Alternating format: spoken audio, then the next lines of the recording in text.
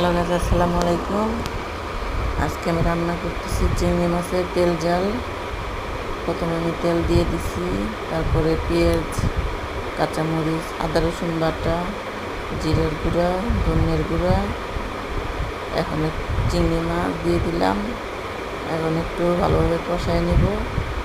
তারপর এখন একটু হলুদের গুঁড়ো দিব, মরিচের গুঁড়ো,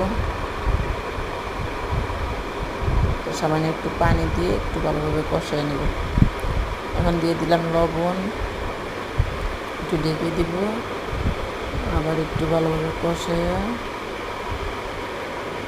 চিংড়ি মাছের তেল ঝাল রেসিপি হয়ে আসছে।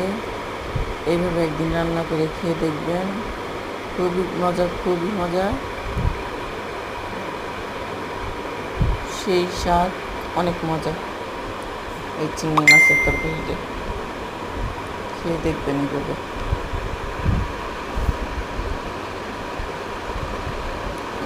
আশা করি সবাই